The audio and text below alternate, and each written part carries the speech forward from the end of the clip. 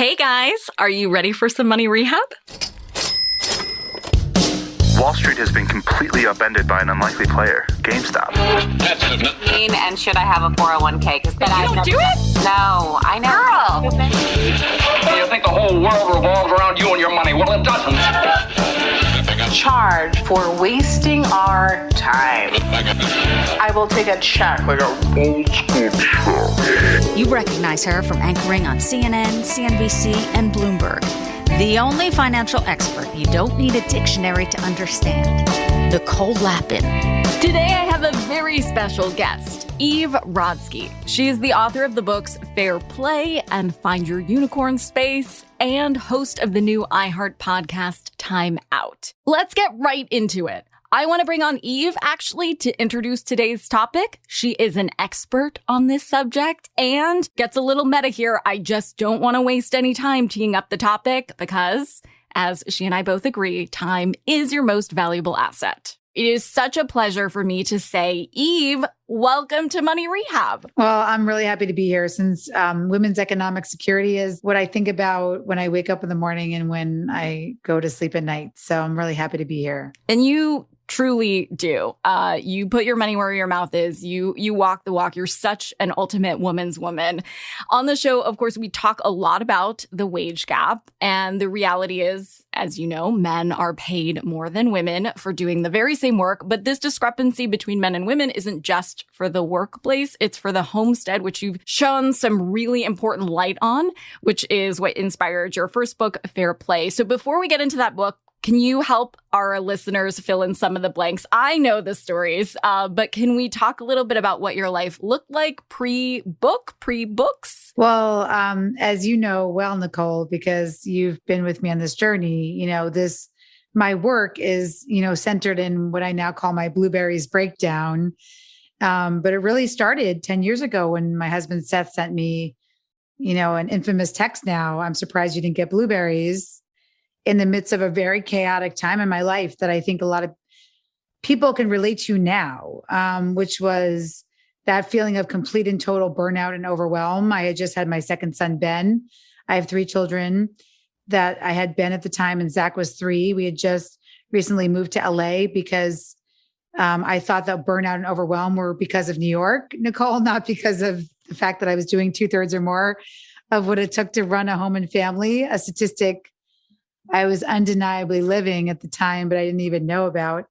And I'm surprised you didn't get blueberries. I'm texting and driving, getting this text from Seth, sort of being defined as the fulfiller of his smoothie needs, and so much pain as I have a breast pump and diaper bag in the passenger seat of my car, gifts for a newborn baby to return in the backseat of my car, a client contract in my lap, because an important part of your money rehab discussions, right, is this idea of agency. And a lot of women say, we opted out of the traditional workforce. Well, I'm here to tell you, no one opts out.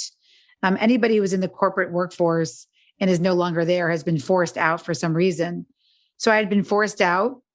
I had a client contract in my lap, marking it up, racing to get Zach, Nicole. And I just remember that day because this pen, I do think the analog, was sort of in between my legs, and I would hit these stop signs as I was texting and driving, and it would sort of back up and stab me in the vagina. That's what I remember about that day.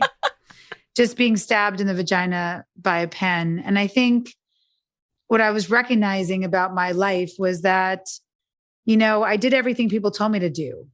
I heard the messages of Gen X women that we could be anything we wanted to be. And it was all a lie. I was being defined as the fulfiller of my husband's smoothie needs.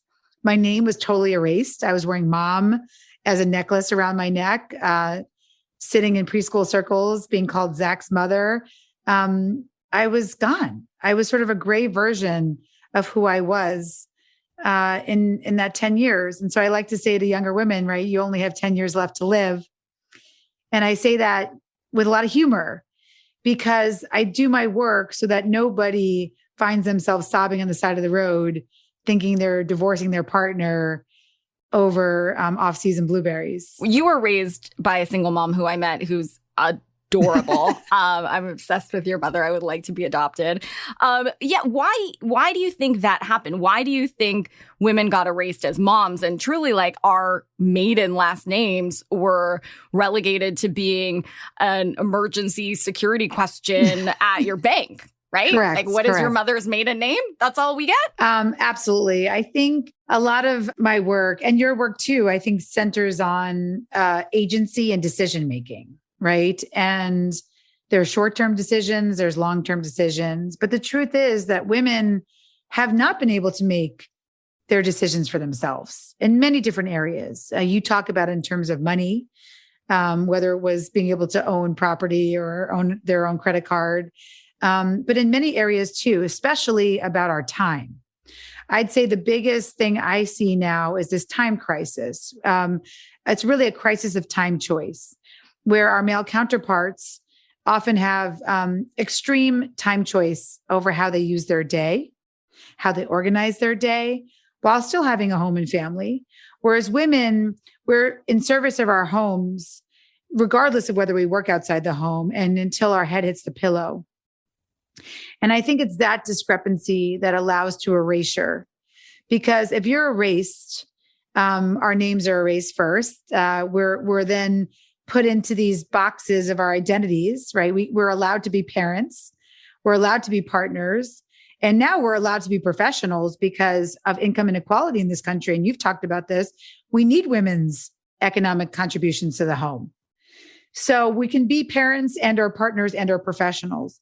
But God forbid, Nicole, we try to use sustained attention for things outside of those roles. That permission to be unavailable from those roles, to me, is one of our big hurdles left, and why I think it benefits society to keep us small and in those roles. Hold on to your wallets, boys and girls. Money Rehab will be right back. Now for some more money rehab. Well, you know a lot about time. I've always said that it's our most valuable asset. It's more valuable than money. And this is coming from a money lady. You went to Harvard Law School, casual. You know a lot about billable hours. How did you incorporate billable hours into the household? Can you define what invisible work is for us and give us some examples? Absolutely. I think, well, as you said to me, you know, I talk a lot about hours, and the way I look at time should be straightforward, right? Time is time. It's 24 hours in a day, but we've actually really sort of been in a culture where time is money. And so if you look at time as just, you know, sort of billable hours that you get paid for, then we start to lose our humanity, Nicole. And really, the goal of my work is that an hour holding a child's hand in the pediatrician's office becomes just as valuable as an hour in the boardroom. That's the society I want to live in. And we know now that we're starting to fight back. There's a great resignation going on, as you know. And, you know, why are 4.4 million and more people leaving or being forced out of sort of the capitalist patriarchal workplaces that we've built? Well, it's because we can't fit into those systems.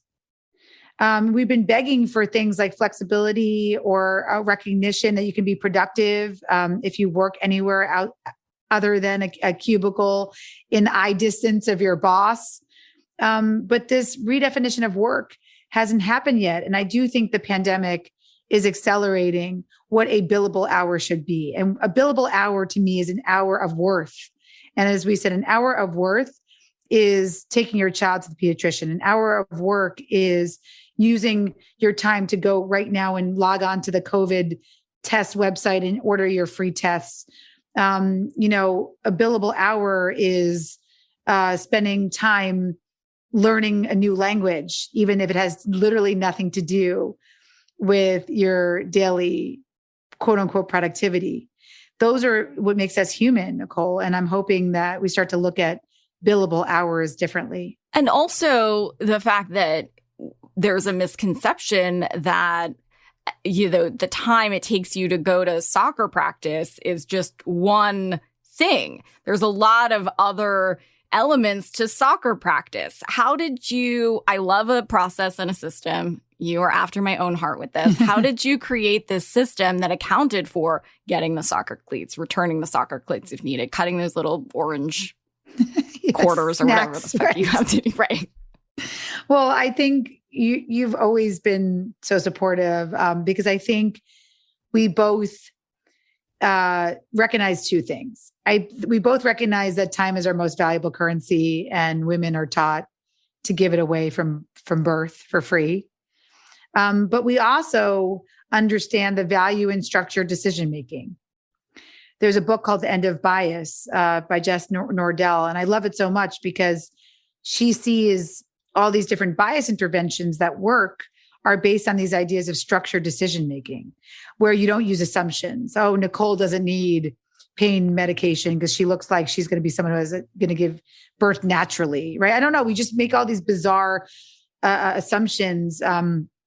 Women were not getting blood clot treatments in hospitals, but men were, because we take men's pain more seriously. It's just, and if you add race on top of that, the more, the maternal mortality gets even worse. So I think it's really important to understand how important structured decision-making is. And what was happening to me was, as I was sort of floundering after my blueberries breakdown, was I was trying to figure out how to make decisions in my home that weren't based on assumptions of gender. How are we going to make decisions? How are we going to make decisions for who stops their workday when the school calls and says Zach is sick? How are we going to make the decision over who takes the garbage out and puts the liner back in? How are we going to make the decision over who commutes our kids to school? Because if you're not making structured decisions, what you're trading in are assumptions. And that's very dangerous for marginalized populations. And so the structured decision-making around fair play was just asking one question, which was, what would it look like if we treated our homes as our most important organizations? And I remember one man, when I asked him that question, what would it look like? And he's like, well, you mean like my home, where we wait to decide who's taking the dog out, right, when it's about to take a piss on the rug? And I said, exactly that, but the opposite. Whatever that is, I just want you to do the opposite. And so what I realized was that when I start to ask serious questions, Nicole, about who takes the kid, who commutes the kids to school, who's in charge of garbage, who does school forms, who hosts, the response that kept coming back over and over again is actually a very destructive response from an organizational management lens. And that answer was both. I don't want to go into the doctor and be like, hey guys, so who's doing my surgery today? And them all jumping out and being like, we all are, right? You want a doctor to come and say, I'm in charge of this. I'm the captain of this ship for this task. So the beauty of a structured decision-making is that you get to answer all those questions for your home before you have to make the decision. That's a system. But you get to make decisions. Emotion is low and cognition is high. That's what I want. Emotion is low and cognition is high, because when you make those decisions in advance, that's a system. And that's the opposite of sort of drowning in decision fatigue, as many of us do. Or in the case of money, where we maybe, believe in the life-changing magic of organizing our junk drawers, but we're not really thinking about the life-changing magic of long-term thinking. And so we're not making the right money decisions for ourselves if we looked at ourselves 10, 20, 30 years down the line. Can you talk to us through what the system is like for divvying up responsibility? So you say, okay, when it's not heated, we're going to have this discussion. And then where do you start? The two most obvious would be cash and bills and money manager. Those are two different roles. The hard thing for me was to watch women take cash and bills, where they would pay the bills, but men were still in charge of money manager in many hetero-cisgender relationships, which I highly don't recommend. You want to know what's happening with your finances, and that's why you listen here. But really, the system is based on a secret formula of boundaries, systems, and communication. So boundaries is what we just talked about. It's this idea that it's still, subversive in our society for women to want more than just our roles.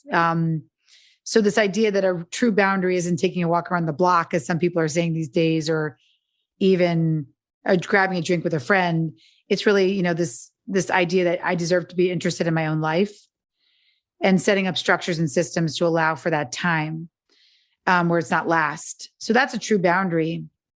The systems and the communication are what we were just getting into. That if you live in a system where it's the opposite of that, that man who is saying he's waiting to decide who's taking his dog out, right, when he's about to take a piss in the rug, the opposite of that is an ownership mindset. So what fair play is, it's a metaphor. There's 100 cards. There's 60 if you don't have children, because you want to get these systems down pat before that, and 40 additional cards if you do have kids. So I think that's also important to recognize that the 60 cards in your life get harder, and you add an additional potential 40 cards to your deck if you have children. And then what you do with those cards is you decide with, as we said, sort of on this frequency and time and turf, you communicate about who is holding what card at what time. Now, if it was that easy, Nicole, then fair play would just be a card game next to Cards Against Humanity in the card section of Target. But it's not so easy, because people like money say they don't communicate about domestic life. I could never start to have these conversations, Eve. They're too triggering. And so what I like to say as a mediator, because my day job is I work for families that look like the HBO show Succession.